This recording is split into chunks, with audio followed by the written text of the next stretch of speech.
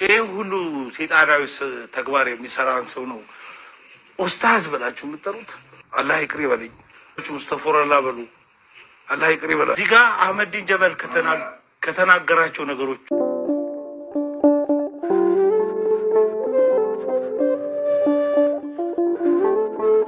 እውነተኛውን ጌታ በሆነና ደስ ባለኝ ግን ሐሰተኛውን ክርስቶስ ስለሆነ እየተንከባለለ የሚሰብከው ከንቱ ዳሴ ሆኖበት ይቀራል እንጂ ከጌታ ጋር በእንደዚህ አይነት መንገድ ሰውን ማስተዋወቅ አይችልም። ራስህን አና ቅዱስ ቤተክርስቲያን እንደዚህ ድፍት ብለህ አልቅስ፣ ያን እውነተኛውን ጌታ ታገኘዋለህ። እንደዚህ ጻፍ ሲንደባለል ምናቀው እንጂ እንጃ በህይወት ሰው ይያለ ወንጌል ሲሰብክ እንደዚህ እንደባለል እንደው ሲገረፉ ነው። ነብዩ መሐመድ ሰለላሁ ዐለይሂ ወሰለም እንደዚህ አፈር እየጫሩ እንደዚህ ወንድሞቼ እህቶቼ ናፈቁኝ አሉ ነብዩና መሐመድ ሰለላሁ ዐለይሂ ወሰለም።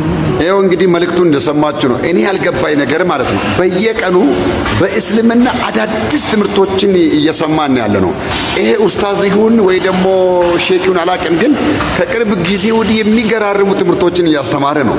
ነብዩ ሰለላሁ ዐለይሂ ወሰለም ነብዩ መሐመድ መሬት እየጫሩ ወንድሞቼ ዘመዶቼ ናፈቁኛል ይላል። ምንድነው መሬት ውስጥ ምንድነው የሚቆፍረው? ምን ማለት ፈልጎ ነው? አልገባኝም። የሚያብራራልኝ ሰው አለ?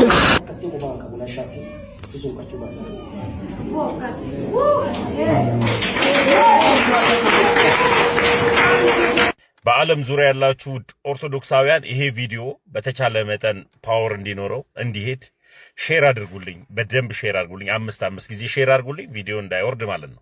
በዚህ አጋጣሚ ይህ ወንድን ሲስም ያየነው አሜሪካን ወይም አውሮፓ አይደለም፣ እዚሁ ኢትዮጵያ ውስጥ ነውና ይህም ኢትዮጵያ ውስጥ ደግሞ በጣም የሚያምር ነው።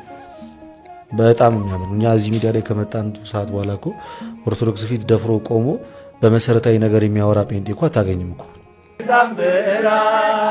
ሰምቼ የቃልን ትምህርት ሆኛለሁ ምስክር ላዳኝነት ሥጋን ተዋህደ ለእኛ መገለጥ ሥጋን ተዋህደ ለእኛ መገለጥ ክብሬ ነው ክብርን መናገሬ ጽድቄ ነው ፍቅርን መመስከሬ ጌታዬ አምላኬ ልሃለሁ ስጠራ ሳመልክሃለሁ ጌታዬ አምላኬ ልሃለሁ ስጠራ ሳመልክሃለሁ ተከተልኩ ሁሉን ነገር ንቄ መድኃኒት መሆንክን አውቄ በመልካም ቤት ተጠልያለሁ የእጅህን በረከት ካንተ እጠግባለሁ የእጅህን በረከት ካንተ እግዚአብሔር ዘመን ከሰጠን ይዘምር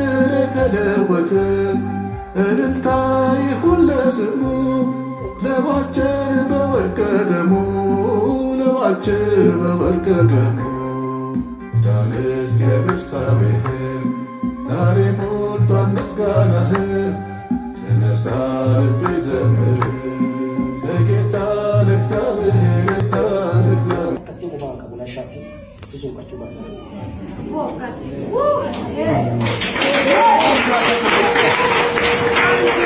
በዓለም ዙሪያ ያላችሁ ኦርቶዶክሳውያን ይሄ ቪዲዮ በተቻለ መጠን ፓወር እንዲኖረው እንዲሄድ ሼር አድርጉልኝ፣ በደንብ ሼር አድርጉልኝ። 5 ጊዜ ሼር አድርጉልኝ፣ ቪዲዮ እንዳይወርድ ማለት ነው። በዚህ አጋጣሚ ይህ ወንድን ሲስም ያየነው አሜሪካን ወይም አውሮፓ አይደለም፣ እዚሁ ኢትዮጵያ ውስጥ ነውና ይህም ኢትዮጵያ ውስጥ ደግሞ ያየነው የኢትዮጵያ ጴንጤዎች ናቸው ይሄን ነገር ያደረጉት ያለውና መጽሐፍ ቅዱስ ይፈቅዳል ወይ ወንድን እንዲስም? እንደዚህ ማድረግ ይቻላል ወይ? እግዚአብሔር አምላክ ምህረት ያደርግልን። ሳናውቀው ሳናስበው ይሄ ሴትን የሌዝቢያን መንፈስና ወንድን የጌ መንፈስ ወደ አንዳንድ ሃይማኖቶች እየመጣ ከሆነ እግዚአብሔር ምህረት ያደርግልን። እንኳንም እኔ ግን ኦርቶዶክስ ሆንኩኝ። ኦርቶዶክስ በመሆኔ በጣም ነው የምኮራው። ኦርቶዶክስ ለዘላለም ትኑር። እግዚአብሔር ከኦርቶዶክስ ጋር ነው።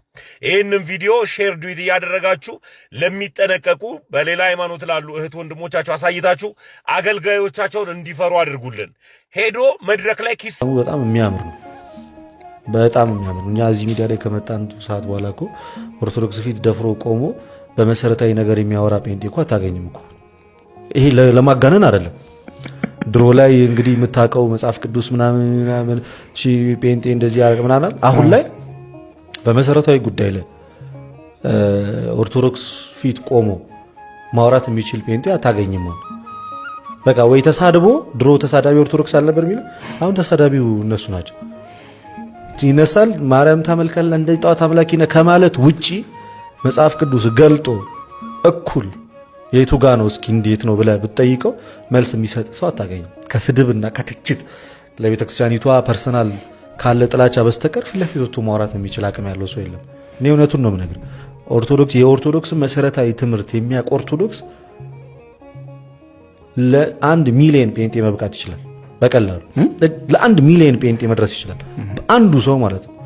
አንድ ኦርቶዶክስ ለ1 ሚሊዮን ጴንጤ መብቃት ይችላል። በስነ ስርዓት የቤተክርስቲያኑን ትምህርት ከሐዋርያት ጀምሮ ከሐዋርያን አበውም የቤተክርስቲያን አባቶችን ትምህርት ጠንቅቆ የሚያውቅ የቤተክርስቲያኒቷን ትምህርት ጠንቅቆ የሚያውቅ ሰው መጽሐፍ ቅዱስን በአግባቡ የተረዳ ሰው ማለት ነው ለ1 ሚሊዮን ጴንጤ መትረፍ ይችላል።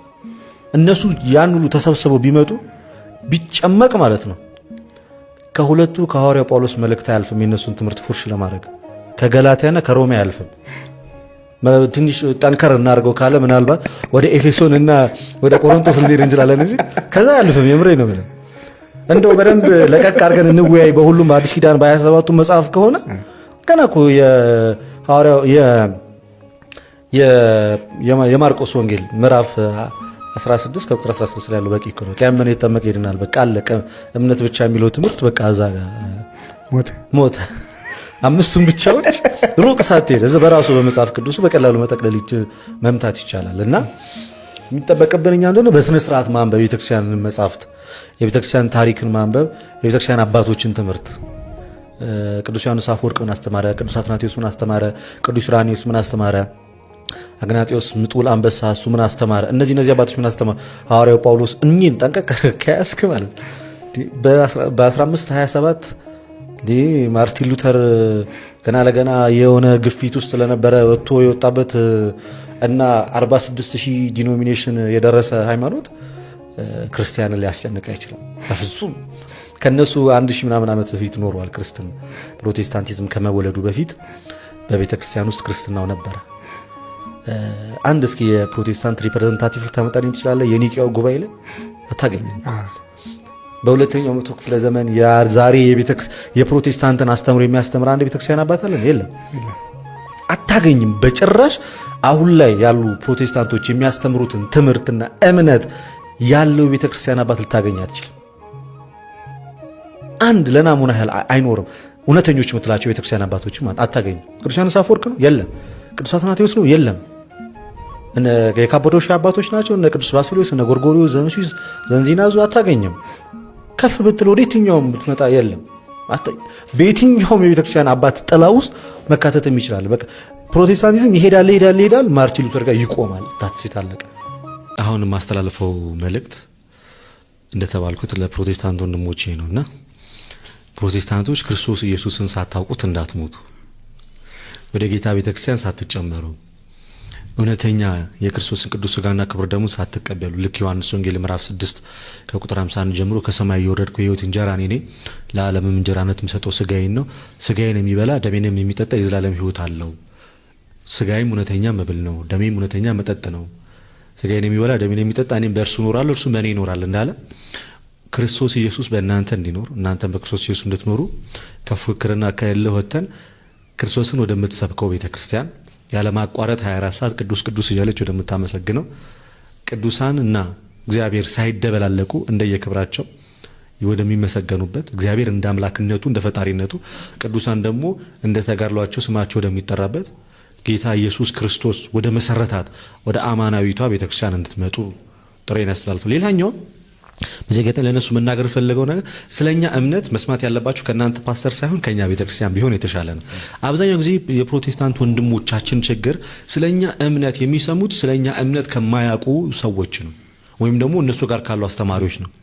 ስለኛ እምነት ከኛ ብትሰሙ እኛን ብትጠይቁን ከኛ ብትረዱ ምን እንደምናምን ትረዳላችሁ። አሁን ላይ ይበቃል። በቃ ማርያምን ታመልካላችሁ፣ ገብርኤልን ታመልካላችሁ። እንደዚህ አይነት ጨዋታ የሚያዋጣ አይመስለኝም። ታውቁታላችሁ ማንን እንደምናመልክ፣ ወይ ደግሞ ማንን እንደምናመልክ ማወቅ ከፈለጋችሁ ደግሞ አንድ ቀን ቻሌንጅ ማድረገው አንድም ፕሮቴስታንት እስኪ ይምጣና ቅዳሴውን ይሳተፍ። አንድ ፕሮቴስታንት ለአንድ ቀን መጥቶ ቅዳሴውን ይሳተፍና የዛን ሰዓት ላይ ማንን እንዳመለክን ወይም ደግሞ ማንን እንደምናመልክ